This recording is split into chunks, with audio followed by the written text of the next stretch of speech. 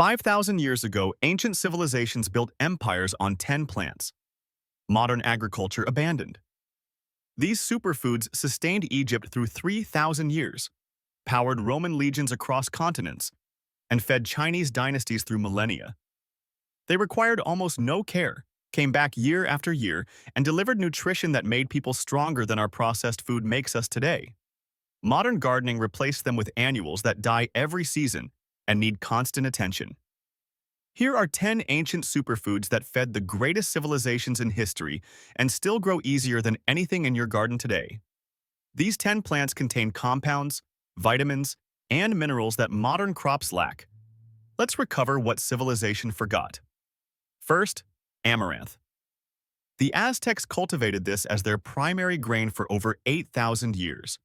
It wasn't just food, it was sacred. Amaranth featured in religious ceremonies because it sustained entire populations.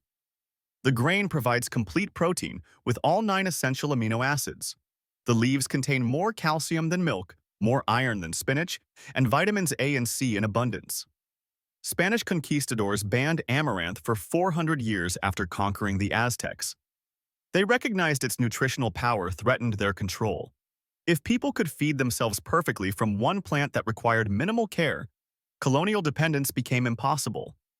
Modern analysis confirms amaranth grain has exceptional lysine content, an amino acid rare in plant foods. The plant self-seeds aggressively, tolerates severe drought, and produces 2 crops from one planting. Harvest young leaves as greens all summer, then collect grain in fall. It grows in zones 2 through 11. Ancient Mesoamerica built civilizations on this plant. We call it a weed and poison it. Second, fava beans. These sustained Mediterranean and Middle Eastern civilizations for over 10,000 years. Archaeological evidence shows fava bean cultivation in the Bronze Age across Egypt, Greece, and the Levant. The beans provide exceptional protein, fiber, and folate. Ancient Egyptians fed them to workers building pyramids. Roman soldiers carried dried fava beans as field rations. The plants are nitrogen fixers, meaning they improve soil while growing. Ancient farmers understood crop rotation before modern science named it. They planted fava beans in fall, harvested in spring, and the nitrogen left behind fed summer crops. The beans also contain L-dopa, a compound that increases dopamine and improves mood and motivation. Ancient workers stayed energized on fava bean diets. Modern studies confirm the neurological benefits. These grow in zones 3 through 9. Plant in fall, harvest in late spring. One planting feeds you and improves your soil. Ancient wisdom in one crop. Third, tiger nuts. Despite the name, these are tubers, not nuts. Ancient Egyptians cultivated tiger nuts for over 4,000 years. They appear in tomb paintings and archaeological sites throughout the Nile Valley. The tubers are incredibly nutrient-dense, containing resistant starch that feeds beneficial gut bacteria, high fiber, vitamins E and C, and minerals including magnesium, potassium, and iron. Ancient Egyptians made tiger nut flour for bread and a drink called horchata de chufa that's still consumed in Spain today. The plants grow from small tubers planted in spring. They spread underground, producing hundreds of new tubers by fall. They tolerate poor soil and drought. Once established, they're almost impossible to kill. Ancient farmers valued this resilience. Modern gardeners call them invasive and try to eradicate them. The tubers taste sweet and nutty. You can eat them raw, roasted, or ground into flour. They grow in zones 7 through 11 but can be grown as annuals anywhere. Ancient Egypt fed millions on these. We forgot they exist. Fourth, moringa. This tree sustained Indian subcontinent populations for over 5,000 years. Ancient Sanskrit texts call it the miracle tree. Ayurvedic medicine uses every part. The leaves contain 27% protein with all 9 essential amino acids. That's higher protein than eggs from a tree leaf. They also provide massive amounts of iron, calcium, and vitamins A, C, and E. One tree produces hundreds of pounds of edible leaves annually. Ancient Indian villages planted moringa trees communally. Everyone harvested freely. The trees grow 15 feet in their first year, even in poor soil and extreme drought. They only survive in tropical climates, zones 9 and above, but you can grow them in containers and bring them inside for winter in colder zones. Ancient India recognized this as the solution to malnutrition. Modern nutritional research confirms it's one of the most nutrient-dense plants on Earth. The United Nations promotes it in developing countries today. Ancient wisdom solving modern problems. Fifth, sea buckthorn. Tibetan medicine used these berries for over 2,000 years. Mongol warriors carried dried sea buckthorn berries on conquests across Asia. The berries contain 12 times more vitamin C than oranges and rare omega-7 fatty acids most plants don't produce. Ancient Tibetan monks planted sea buckthorn around monasteries in harsh mountain conditions where little else survived. The shrubs tolerate negative 40 degrees Celsius, grow in terrible soil, and live for 30 years producing 15 pounds of berries annually. They also fix nitrogen, improving soil while producing food. Ancient Central Asian cultures recognized this as survival food for extreme conditions. Soviet scientists rediscovered it during the Cold War for cosmonaut nutrition in space. Modern research validates the cardiovascular and skin health benefits. These grow in zones 3 through 7, perfect for cold climates. Ancient highland cultures survived harsh winters on these berries. Modern cold climate gardeners struggle with annuals that die each year. Sixth, purslane. Ancient Greeks and Romans cultivated this succulent 4,000 years ago. Pliny the Elder wrote about it. Hippocrates used it medicinally. The thick leaves contain more omega-3 fatty acids than any other leafy vegetable. They also provide abundant vitamins A, C, and E, magnesium, calcium, and potassium. Mediterranean and Middle Eastern cuisines still use it extensively. Ancient farmers valued its drought tolerance and aggressive self-seeding. One plant becomes 50 next season with zero effort.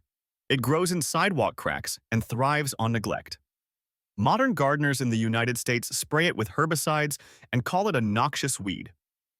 Meanwhile, it provides significant omega-3 content rare in land plants. Modern research shows 0.4 milligrams per gram of fresh leaves. Ancient Mediterranean diets included purslane daily. Modern American diets lack omega-3s and people buy expensive fish oil supplements. The solution grows as a weed in every garden. Ancient knowledge lost to modern ignorance. Seventh, chia. The Aztecs and Mayans cultivated chia seeds as a staple food for over 5,000 years. Aztec warriors ran hundreds of miles on chia seed rations. The name comes from the Mayan word for strength. The seeds provide complete protein, omega-3 fatty acids, fiber, calcium, magnesium, and antioxidants. 2 tablespoons contain 5 grams of protein, 10 grams of fiber, and 18% of daily calcium needs. Ancient Mesoamerican civilizations recognized chia as concentrated portable nutrition. Warriors and traders carried it on long journeys. Spanish conquistadors suppressed chia cultivation along with amaranth for similar reasons. Nutritionally independent populations resisted colonial control. The plants grow in zones 9 through 11, but produce seeds as annuals anywhere. Ancient Central America built empires partially on chia. Modern health food stores rediscovered it in the 1990s and charge premium prices. You can grow it in your garden for pennies. Eighth, Job's tears. This ancient grain sustained Asian populations for over 4,000 years. Chinese medicine texts from 2000 BCE mention it. The grain looks like pearl barley but contains higher protein and is gluten-free. Ancient Chinese farmers valued its medicinal properties. The grain reduces inflammation, aids digestion, and provides sustained energy. It also tolerates waterlogged soil where rice struggles.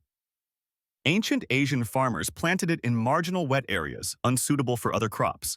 The plants grow tall like corn with dramatic seed heads. Each plant produces hundreds of tear-shaped seeds. These grow in zones 7 through 11. Ancient Asia recognized this as both food and medicine. Modern Asia still consumes it regularly. Western agriculture never adopted it. We're only now rediscovering ancient Asian crop diversity. Ninth, teff. This tiny grain built Ethiopian civilization for over 5,000 years. Teff seeds are so small that 1 pound contains over 3 million seeds, yet ancient Ethiopians made it their staple grain. The grain is nutritionally exceptional, containing high levels of protein, calcium, iron, and resistant starch. It's naturally gluten-free. Ancient Ethiopians made injera, a fermented flatbread, from teff flour. The fermentation increases bioavailability of nutrients. This traditional preparation shows sophisticated ancient food science. Teff also grows where other grains fail. It tolerates both drought and waterlogging. Ancient Ethiopian highlands have poor soil and erratic rainfall. Teff thrived where wheat and barley died. The plants mature in as little as 45 days. Ancient farmers could get multiple crops per season. Modern nutritional research recognizes teff as one of the most nutritious grains available. Ancient Ethiopia knew this 5,000 years ago. 10th, millet. This grain fed more ancient civilizations than wheat or rice. Chinese cultivation dates back 10,000 years. African civilizations depended on it for 8,000 years. Indian civilizations grew it for 5,000 years. Millet is extraordinarily drought-tolerant, requires minimal water, grows in poor soil, and matures quickly. Ancient civilizations in harsh climates relied on millet when other crops failed. The grain provides protein, fiber, B vitamins, and minerals including iron, magnesium, and phosphorus. It's gluten-free and easy to digest. Ancient Chinese, African, and Indian farmers recognized millet as reliable survival food. The plants need almost no care. They tolerate heat, drought, and poor soil that kills modern grains. Yet modern agriculture largely abandoned millet in favor of water-intensive rice and wheat. Ancient dry climate civilizations built food security on millet. Modern agriculture creates dependency on irrigation and chemical inputs. Ancient civilizations weren't primitive. They were sophisticated observers who selected the best crops through centuries of trial and refinement. These 10 plants represent concentrated wisdom from the greatest empires in human history. Start with 3. Amaranth for complete protein and calcium. Fava beans for protein and soil improvement. Purslane for omega-3s growing as a weed. You'll reconnect with food wisdom that sustained civilizations when ours struggle with chronic disease and environmental destruction. Subscribe to GrowWise Vision for more ancient agricultural wisdom that modern farming forgot. Comment which ancient superfood surprised you most, or which civilization's food choices interest you. Thank you for watching. Now go plant what empires relied on instead of what modern marketing sells. Ancient farmers fed millions. Modern agriculture creates dependence. Choose ancient wisdom.